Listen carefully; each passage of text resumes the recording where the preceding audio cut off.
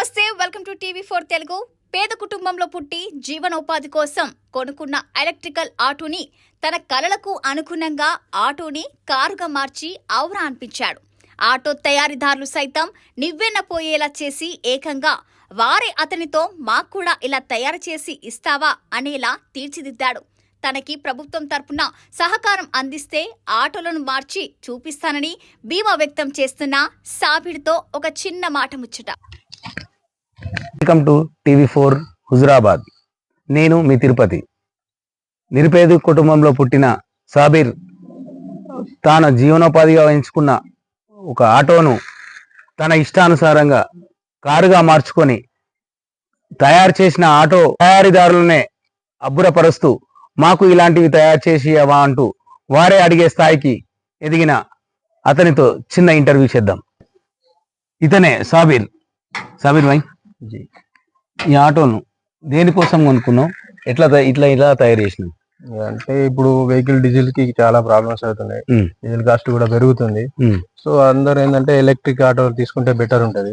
రోజుకు మేము హన్మకొండ పోయి రావడానికి కూడా ఒక 500 అటు తిరగడానికి 500 ఖర్చు అవుతుంది కాబట్టి ఎలక్ట్రిక్ ఆటో అయితే మనకు తక్కువ ఖర్చులో సంపాదించుకోవచ్చు అనే ఉద్దేశంతో ఎలక్ట్రిక్ ఆటోను తీసుకోవడం జరిగింది. సో తీసుకున్నాక ఇందులో కొన్ని ప్రాబ్లమ్స్ ఏంటంటే కొన్ని సెట్టింగ్స్ చేయడం, అంటే యాక్చువల్గా ఇది ఉన్నదానికి కొంచెం మార్పు చేయడం జరిగింది. ఎందుకంటే కొంచెం డిలక్స్ టైప్ లా చేసుకున్నాను, ఆదన స్టైల్లో నేను దాన్ని తయారు చేసుకున్నాను. సో దీనివల్ల మాకు బెనిఫిట్ ఏంటంటే డీజిల్ ఖర్చు లేకుండా రోజుకు ఒక 500 దీని ఖర్చు చేస్తే ఈఎంఐలో నాకు వెళ్ళిపోతుంది. యాక్చువల్లీ 4,50,000 అన్నారు. 50,000 సబ్సిడీ ఇచ్చారు. సబ్సిడీ ఇచ్చిన తర్వాత మళ్ళీ మేము 1 lakh డౌన్ పేమెంట్, 3 lakhs ఈఎంఐలో కన్వర్ట్ చేసాము. ఇప్పుడు ఈఎంఐలో కన్వర్ట్ చేసిన తర్వాత మాకు ఒక 10,000 11,000 వరకు ఈఎంఐ వస్తుంది. దానివల్ల మాకు ఇప్పుడు ఈ డీజిల్లో 500 అంటే 15,000 నెలకు అవుతూనే ఉన్నాయి. సో ఈఎంఐ మాకు అందులో వెళ్ళిపోతుందని చాలా మంది ఏంటంటే ఈవీ వెహికల్ తీసుకుంటున్నారు. కాకపోతే ఇది మాకు ఛార్జింగ్ స్టేషన్స్ లేకపోవడం వల్ల చాలా ఇబ్బందులకు ఎదుర్కోవాల్సి వస్తుంది.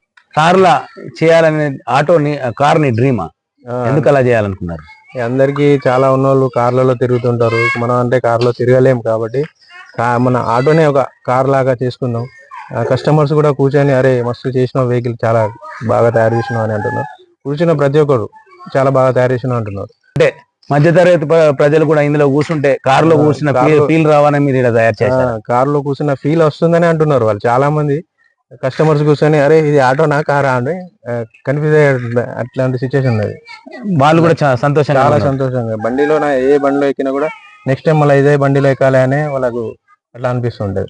దీంతో పాటు వాళ్ళకి ఆ ఫీల్, ఆ కళ నెరవేరడంతో పాటు మీకు కూడా ఇన్కమ్ పెరుగుతుంది. ఇందులో ఏమేమి మార్పులు చేసినా ఒకసారి చెప్తారా? మీకు ఆటో వచ్చిన తర్వాత కొంచెం సీటింగ్ బాక్స్ లోపల ఇక్కడ ఈ బాక్స్ ఫస్ట్ మాకు చార్జర్ అన్ని ఉన్నాయి, కానీ చార్జర్ పెట్టుకోవడానికి వీల్లేదు. చార్జర్ కు ఒక 20,000 వరకు, కనీసం 18,000 నుంచి 20,000 వరకు ఉన్నది. ఒకవేళ మేము అక్కడ పెట్టి బయటికి ఎటన్నా టీ తాగడానికి అటు ఇటు పోయొచ్చే వరకు అది ఎవరైనా తీసుకొని పోతే మాకు ప్రాబ్లం అవుతుంది. సో దాని కొరకు ఈ టూల్ బాక్స్ తయారు చేసి ఇందులో చార్జర్ ఇట్లా అన్ని లోపల పెట్టేసుకున్నాం ఈ టూల్ బాక్స్ లోపల. నెక్స్ట్ దీనిలోనే ఒక స్పీకర్, మన మ్యూజిక్ సిస్టమ్ కొరకు ఒక స్పీకర్ పెట్టేసి అక్కడ 2 ఫ్యాన్లు పెట్టడం జరిగింది. 4 ఫ్యాన్లు పెట్టాం. మరియు అక్కడ స్విచెస్, దానికి స్విచెస్ కూడా పెట్టి ఈ డాష్ బోర్డ్ నేనే తయారు చేసిన. ఈ డాష్ బోర్డ్ మొత్తం తయారు చేసి దీంట్లోనే ఈ డెక్, లైటింగ్, ఫ్యాన్లు అవి తయారు చేయడం, హ్యాండిల్స్ కూడా తయారు చేయడం, ఈ ఫిట్ చేయడం జరిగింది. మనం ఆ హ్యాండిల్స్ షోరూమ్ నుండి రాలేదు, మనమే తయారు చేసాము. ప్లస్ ఈ కార్ సీటింగ్, ఇది కార్ సీటింగ్ ఎక్స్ట్రా. ఇంతకుముందు కూడా ఇలా ఉంది, కానీ సీట్ ఫోల్డింగ్ లేదు. మాకు ఇక్కడ ప్రాబ్లం ఏమైందంటే ఇక్కడ కొంచెం ఆగుదాం అంటే సీట్ ప్రాబ్లం ఉండేది. ఇప్పుడు మేము ఇక్కడ రెస్ట్ తీసుకోవాలంటే కార్ సీటింగ్ లాగా పెట్టాను. దీనిలో ఫోల్డింగ్ కూడా చేసుకోవచ్చు. కార్ లాగా మనం ఇట్లా పెట్టుకున్న తర్వాత ఎక్కడన్నా ఆగాలనుకుంటే ఇట్లా ఫోల్డ్ అయిపోవచ్చు, కంప్లీట్ గా ఫోల్డింగ్ వేసుకోవచ్చు.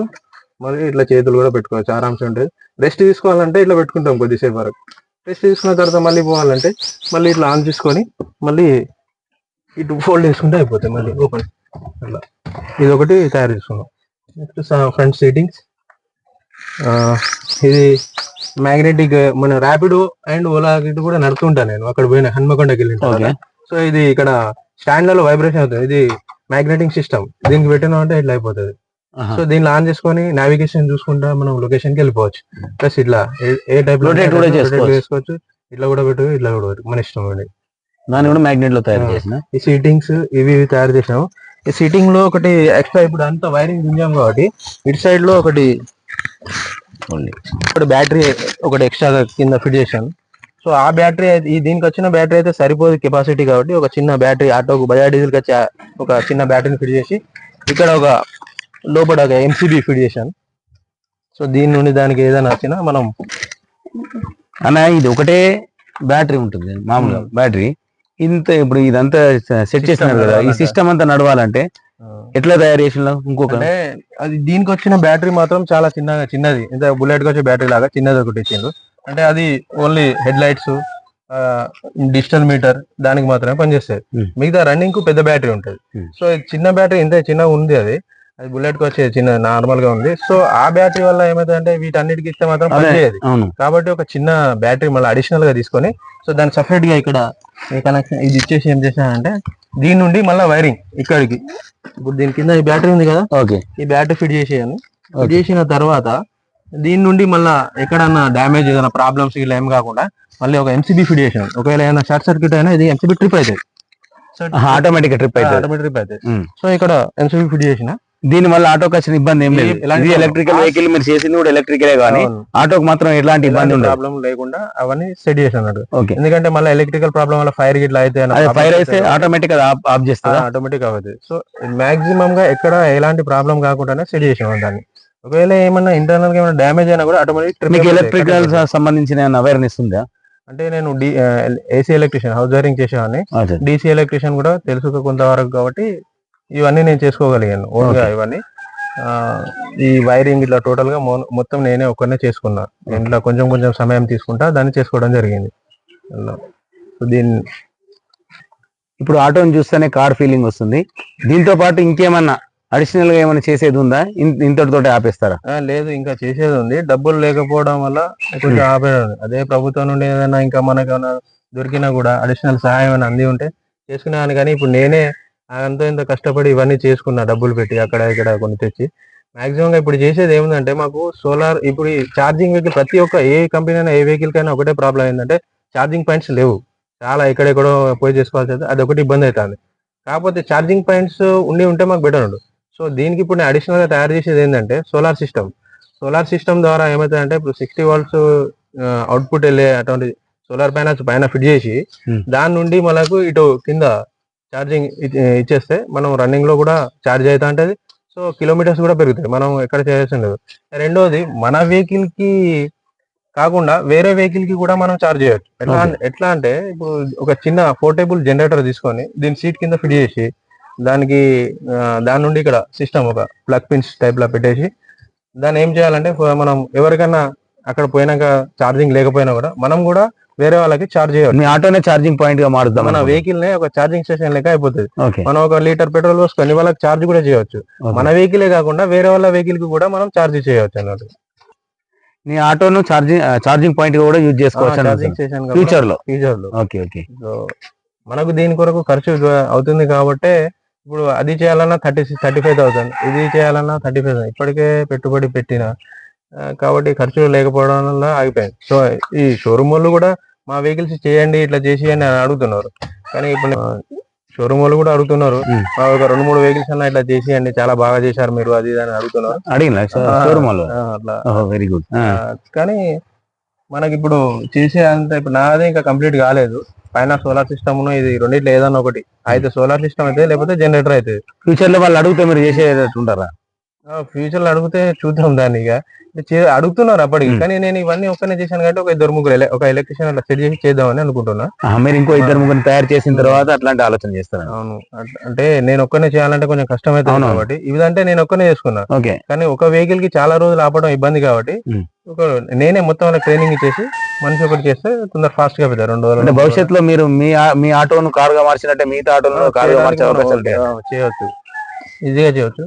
కాకపోతే నాలెడ్జ్ స్కిల్స్ ఉన్నాయి కానీ పెట్టుబడి పెట్టడానికి డబ్బు లేక చాలా వరకు ఆగిపోతుంది అన్నట్టుగా. మీకు ఏమైనా ప్రభుత్వం సహాయ సహకారాలు అందిస్తే మీలాంటి ఆటోలను కార్లుగా మార్చేటట్టు మిగతా వాళ్ళని చేస్తారా? తప్పకుండా చేస్తాం. ప్రభుత్వ సహకారం కావాలి. ప్రభుత్వ సహకారం ఉండి ఉంటే నేను ఇంకా బాగా చేసేవాడిని. కాకపోతే ఇవన్నీ ఉన్నాయి వచ్చు, కానీ డబ్బులు లేకపోవడం వల్లనే కొంచెం వెనుక బ్యాక్ వెళ్ళిపోవడం జరుగుతుంది. సో డబ్బులు ఉండి ఉంటే మాత్రం ఒకవేళ ప్రభుత్వం సాయం చేసి ఉంటే దీనికన్నా మంచి చేయొచ్చు. ఎందుకంటే ఈ వెహికల్ వల్ల ఒకటి పొల్యూషన్ అయితే ఉండదు. సో చాలా మంది గవర్నమెంట్ కూడా ఈ వెహికల్స్ తీసుకొని ఉంటున్నారు. కానీ మాకు కూడా ఇలాంటి ఏమైనా సాయం చేస్తే మేము చేయడానికి ముందు. యాక్చువల్ గా డీజిల్ ఆటోలు కూడా చేయొచ్చు, కానీ దాని పాతగానే అయిపోయినాయి కదా, మళ్ళీ వాటిని చేసి అవన్నీ ప్రాబ్లమ్స్ ఎందుకని ఇట్లా ఈ వెహికల్ ని చేయడం జరిగింది. ఇట్లా చాలా మంచి ఆలోచన చేస్తున్నారు. మీరు ఇంకా భవిష్యత్తులో మీరు ఒక్కరే కాదు, మీలాంటి జీవనోపాధి కోసం వచ్చినట్టు అట్లనే ఇందులో కూర్చొని జర్నీ చేసే వాళ్ళు కూడా కార్లో కూర్చొని జర్నీ చేసినట్టు ఉండాలని ఆకాంక్షిస్తాం. All the best brother. ఒకసారి లోపలికి వెళ్ళి మనం కూడా చూద్దాం ఎట్లున్నది అనేది. రండి చూద్దాం. రండి.